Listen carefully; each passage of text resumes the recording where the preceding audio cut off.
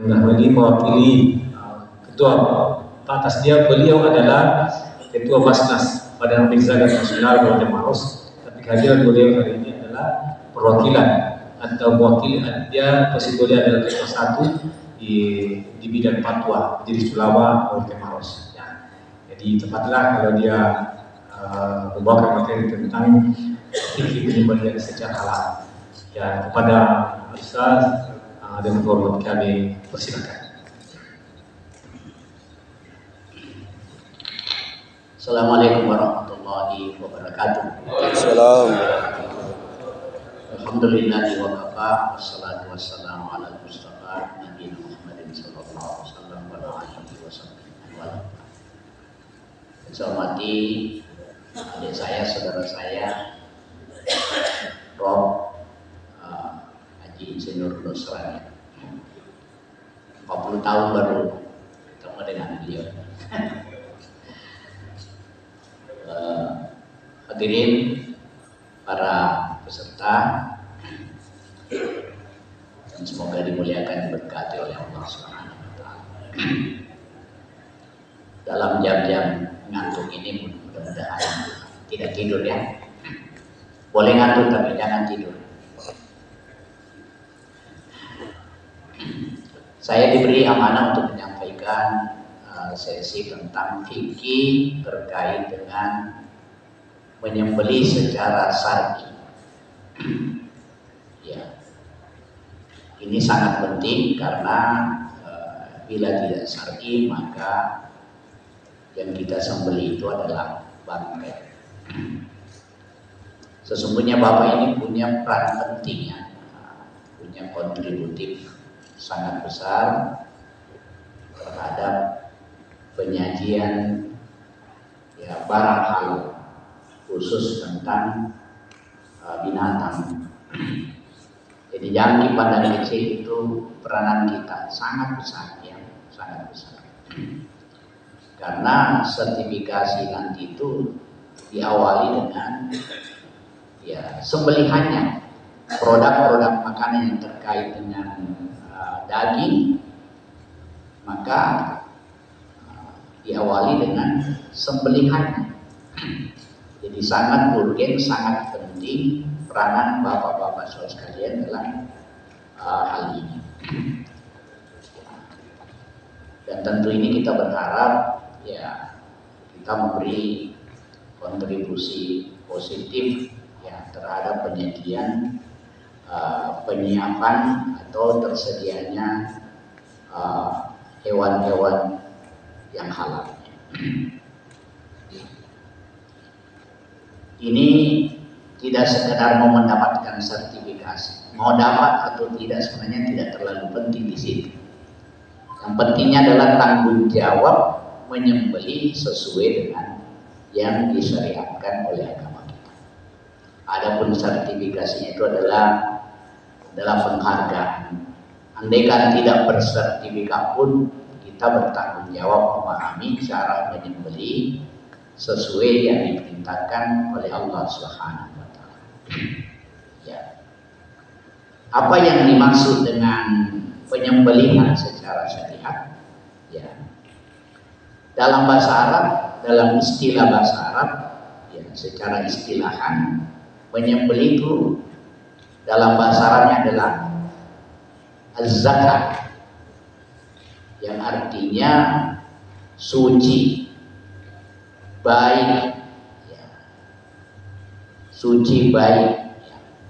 Jadi az-zakah adalah suci baik, menyebabkan daging hewan itu menjadi suci secara zatnya, halal, dan juga insya Allah menurut penelitian ya, hewan yang disembelih dengan tepat beda kelezatannya dengan daging hewan yang tidak disembelih secara syar'i. Itu menurut penelitian. Ya. Beda dengan daging hewan yang dipukul dengan hewan yang disembelih. Itulah makna az-zakah. Sedangkan pengertian secara istilah atau definisi yaitu memutuskan jalan makan, minum, ya, pernapasan dan urat nadi pada leher binatang yang disembelih, ya, dengan alat sembelih. Alat sembelih itu tidak mesti pisau. Dalam hadis pisang, batu yang tajam, ya, bisa kaca yang tajam. Ya. Andai kan tidak ada alat yang tersedia. Dasar hukumnya adalah surah Al-An'am ayat 118. Maka makanlah binatang-binatang yang halal yang disebut nama Allah ketika menyembelihnya, ya, jika kalian beriman kepada ayat-ayat Allah. Ya. Ayat lain surah Al-An'am ayat 121. Janganlah kamu memakan binatang-binatang yang tidak disebut nama Allah ketika menyembelihnya. Ya. Di surah Al-Maidah, ya, diharamkan makan, ya, bagimu bangkai darah, daging babi, hewan yang disembelih bukan atas nama selain atas nama Allah, ya, yang tercekik, yang terpukul, yang terjatuh, yang ditanduk, ya, yang diterkam binatang buas kecuali sempat kamu menyembelihnya, ya, dan yang disembelih untuk berhala, ya, termasuk yang dilarang. Surah Al-Maidah ayat 3. Itu dasar hukum dari Al-Quran. Kalau dari hadis, innallaha katabal ihsana ala kulli syai'in. Sesungguhnya Allah telah mewajibkan kepada kita berbuat sesuatu dalam segala hal. Fa idza qataltum fa ahsinu qatl. Jika kalian membunuh saja, Pak. Disuruh membunuh dengan cara yang baik. Ini bukan menyembelih, membunuh saja. Tidak boleh membunuh orang kafir dicincang. Ya. Termasuk hadisnya, siapa yang membunuh cecak 1 kali pukulan, pahalanya tinggi. Ya. Membunuh 2 kali kurang pahalanya. Membunuh 3 kali pukulan baru mati, berkurang pahalanya. Jadi umat Islam selalu disuruh beri yang terbaik. Tepat sasaran, tepat waktu. Nah, itu kalau kita pahami dari sini. Ya. Wa idza sabahtum fa ahsinus sabah. Jika kalian menyembelih, sembelihlah dengan cara yang baik. Jadi binatang ini mau diperlakukan dengan baik. Karena surah Al-An'am ayat 38, binatang itu umum amsalukum. Dia adalah juga makhluk seperti kita yang punya perasaan. Makanya etika menyembelih tidak boleh diasap pisaunya di depan hewan yang mau disembelih. Ya, depan kiri tapi tangan pisau. Sebenarnya pilu perasaannya itu. Nyelotongin nama dia. Ya. Itu begitu agama kita ini mau menyembelih saja tetap ada etika, akhlak terhadap binatang yang mau disembelih. Walaupun nanti mau dipunya-punya dan hasilnya dilempar ke toilet, tetap ada etika. Begitu luar biasa ini ajaran kita. Ya. Kemudian rukun penyembelihan, ya, secara fikih ada 4 rukunnya.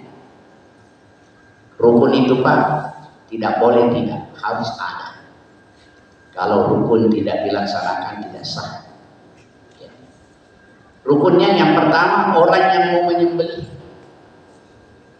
Nah, ini juga akan dibahas nanti.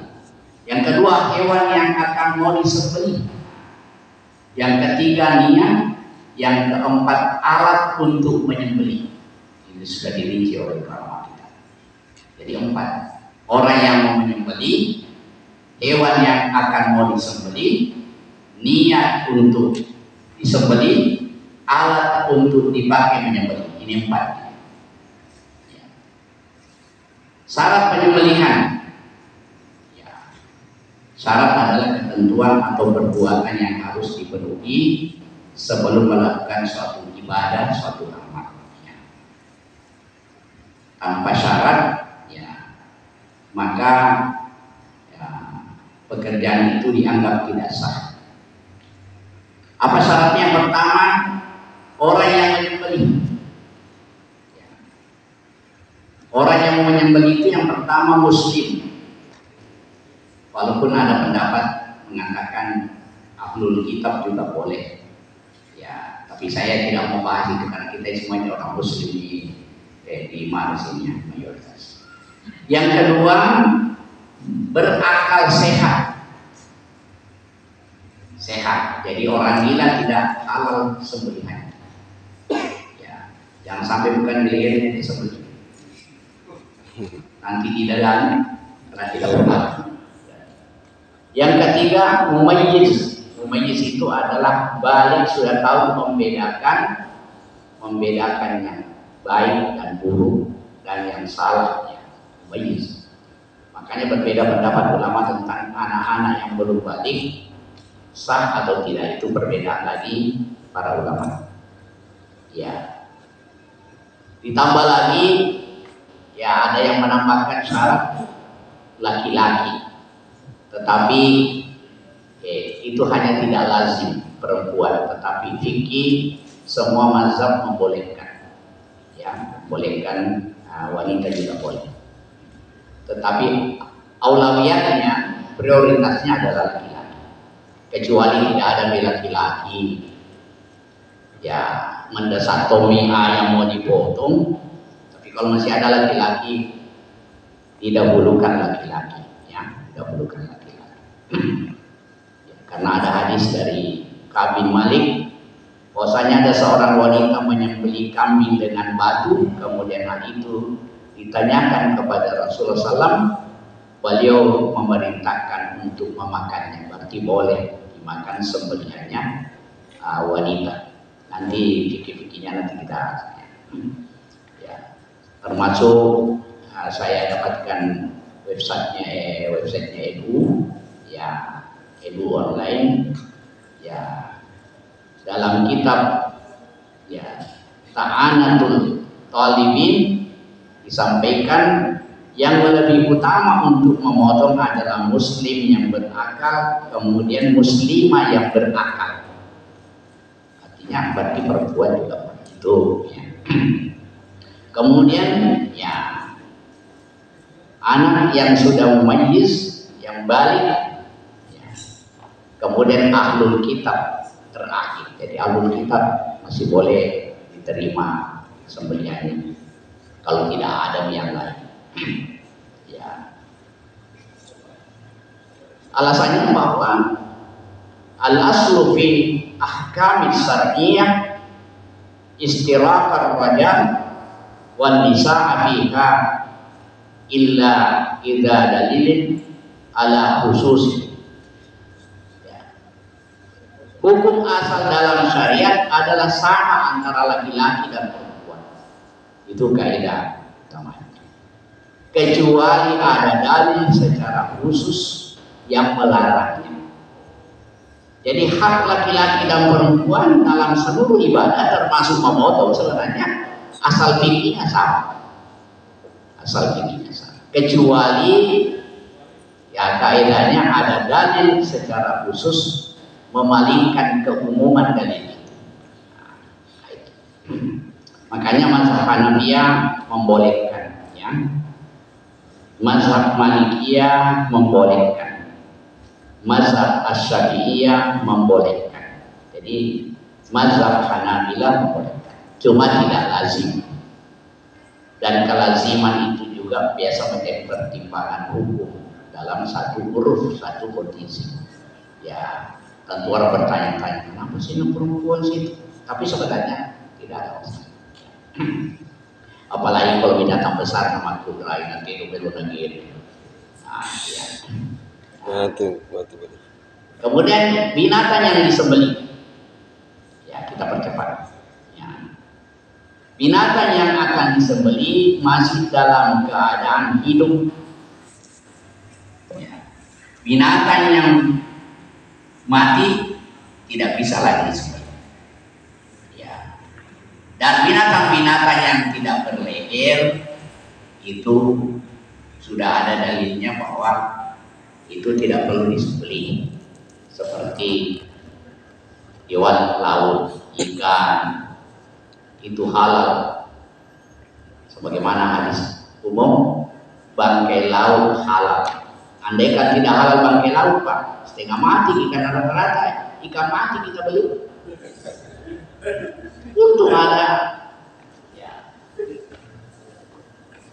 Untung ada dalilnya bahwa halal tempat.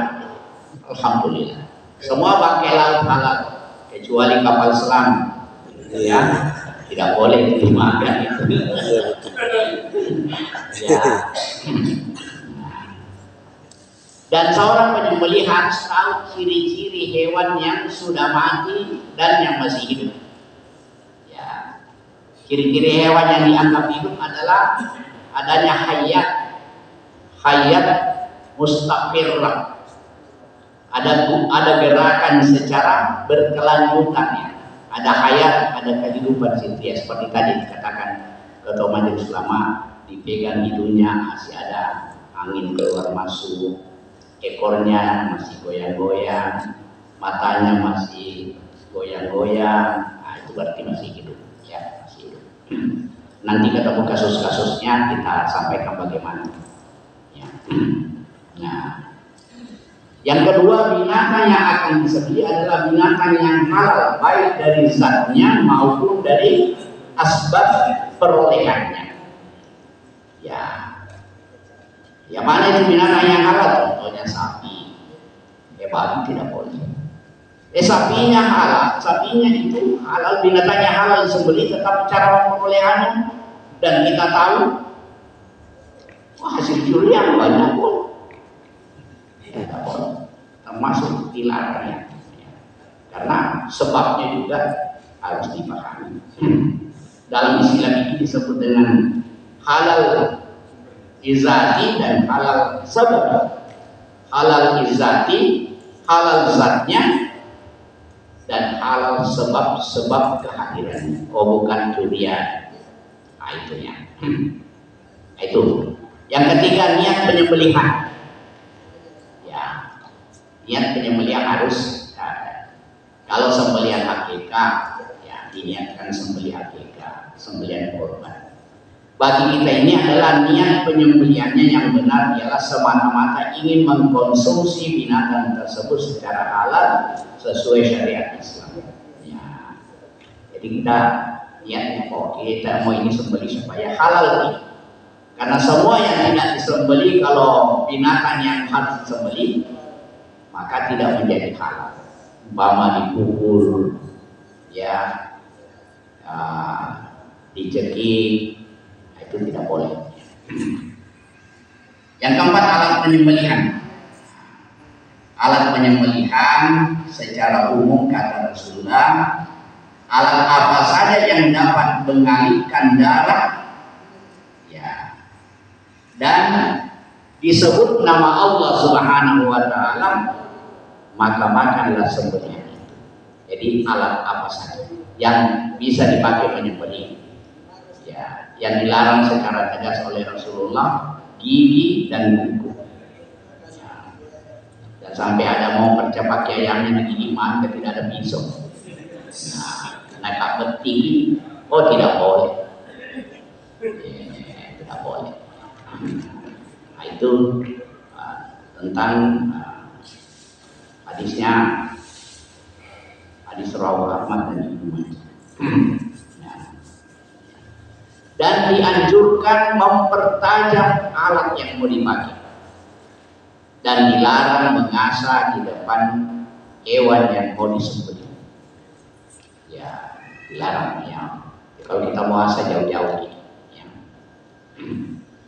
Saya pernah menyaksikan seorang syekh dari Saudi ada datang istiqomah, kita sembelih itu sapi di depan temannya, marah, bilang zalim kamu semua, zalim, kau itu zalim, ya, tidak berakhlak kata beliau. Saya dengar langsung itu beliau, tidak berakhlak, zalim ini orang di sini. disembeli di depan teman-temannya. Jangan kesian di depan lagi. Moto mikiran apa ini? Jadi jangan. Ya. Kemudian kewajiban dalam menyembelih binatang. Satu, hendaknya binatang itu dipotong, disembelih pada pangkal leher bagian bawah. Yang kedua, yang dipotong adalah bagian tenggorokan binatang itu, yaitu jalan pernapasan. Selain tenggorokan, harus juga dipotong kerongkongan yang merupakan jalan makanan, yang disebut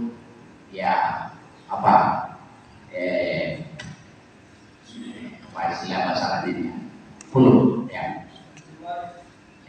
Dua buah urat nadi binatang itu, ada dua, kiri kanan. Pada waktu menyembelih harus menyebut nama Allah. Dan pendapat Syafi'i tidak boleh jeda antara basmalah dengan sembelihan.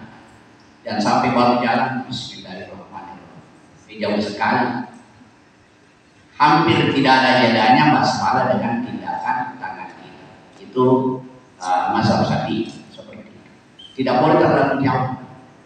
Sampai japa-japa Bismillahirrahmanirrahim. Mobil bibi. Wah, itu kalau mazhab Syafi'i tidak membolehkan. Memperlakukan binatang dengan baik. Ya, itu. Tadinya Allah kata bal-ihsan ala kulli syai' fa idza qataltum fahsanu qatal wa idza zabahtum fa ahsinu zabah. Catatan ada dalam keadaan modern ini ada pemotongan secara elektrik ya, teknologi.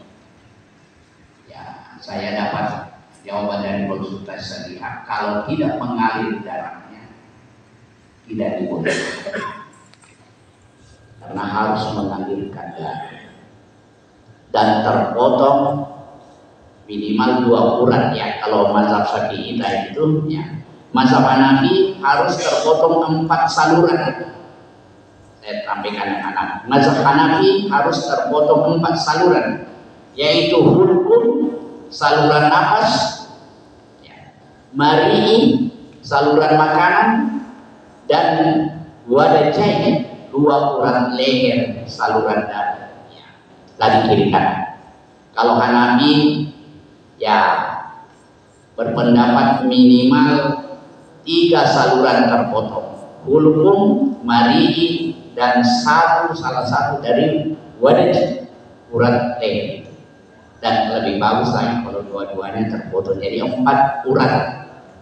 Kalau mazhab Hanafi ya, saya ulangi, saluran nafas, saluran makanan, dan 2 wadajai, 2 urat leher kiri kanan. 4 kalau Hanafi sempurna. Tapi minimal kalau memang tidak bisa dua-duanya, urat lehernya itu salah satu. Ya, itu. Yang pengalaman gitu, nggak tahu. Kalau saya mungkin kuberisnya, putus nih. Kalau yang pengalaman tahu.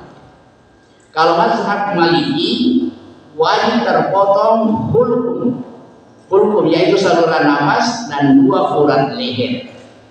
Tidak masalah kalau saluran makanan, mari bagi Maliki. Nah, itu. Jadi kalau Maliki saluran nafas harus, 2 urat leher ya. Dan tidak masalah kalau saluran makanannya tidak terpotong. Itu Maliki dengan referensinya. Tidak usah saya baca pakai referensinya karena terlalu banyak. Mazhab Syafi'i ya, ini mayoritas yang Indonesia ya, jadi banyak itu mengaku-ngaku Syafi'i tapi tidak sesuai dengan Syafi'i ya. Kalau Syafi'i saluran makanan, saluran pernapasan ya, dan terpotongnya salah satu dari urat leher. Nah, jadi kalau ada tekan sembelih yang cuma terpotong 1 saluran saja ya, maka hati-hati dibangkai ya. Nah, seumpama ya kasusnya umpama tadi ada kasus sudah disembeli, moto pemo. Nah, di sini penjelasannya kalau hewannya itu masih segar, masih kuat, maka boleh disembeli lagi dengan pisau apa saja, ya, dengan siapa saja, ya, dengan siapa saja. Tapi kalau hewannya itu sudah kelihatan tidak ada bisa mana, maka sembeli baru kuburkan. Sembeli juga, tapi jangan makan. Korban 1 ekor sapi. Makanya hati-hati di menyembeli. Maka dalam tuntunannya itu bagi yang menyembeli, terutama hewan besar, jangan pisahkan leher dengan parangmu sebelum engkau yakin tuntas. Ya memang. Ya. Makanya itu sebenarnya di negara lain itu pisaunya juga disertifikasi. Bukan hanya orangnya pintar gaji pakai. Makanya nanti ke depan juga kita mau periksa pisaunya ini penyembeli. Iya, ada pisau standar. Ya, kalau di Malaysia itu ada standarnya, harus besi putih, stainless, karena itu mempengaruhi juga kualitas daging. Ya, ukurannya, karena ada tahu juga Pak Giri terlalu panjang, tak butuh. Ada ukurannya itu. Ya. Terlalu panjang, tak butuh. Ininya cuma ada 2, ada yang dari bawah, kalau pendek-pendek parahnya, 1 kali lihat dari situ begini salah satu 4 bulan. Karena pisaunya memang bukan hanya kertas, ini tisu bisa, seperti pisaunya Pak Sapa saya lihat. Bawa pisau Pak Sapa. Bukan disuruh bawa ini. Satu motor standar kali. Di lupa mewajibkan. Ya, nanti legal itu mau sertifikasi juga. Yang tidak standar pisaunya disuruh beli. Ya. Dibagikan. Dari bersakat dulu.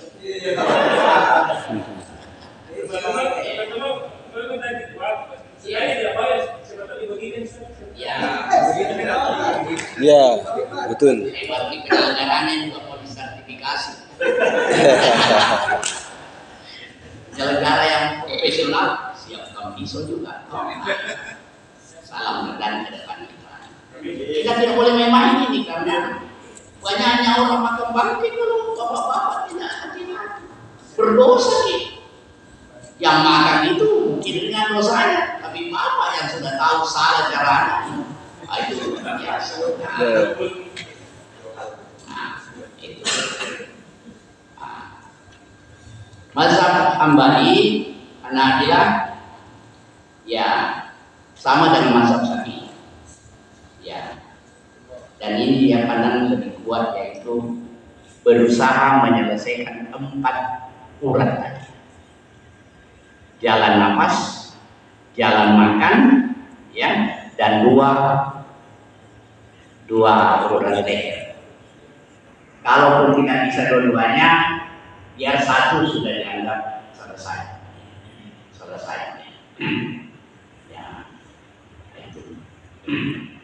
Sunnah-sunnahnya merebahkan binatang dengan menghadap kiblat dan tulang rusuk kirinya yang ditindis yang di bawah. Itu sunnah-sunnah. Kalau memungkinkan. Kalau unta biasanya susah dikasih begini. Berdiri. Ya. Dan bila darurat, posisi sapi, posisi binatang yang mau disembelih itu tidak bisa di lehernya, di tengkuknya juga boleh kalau sudah.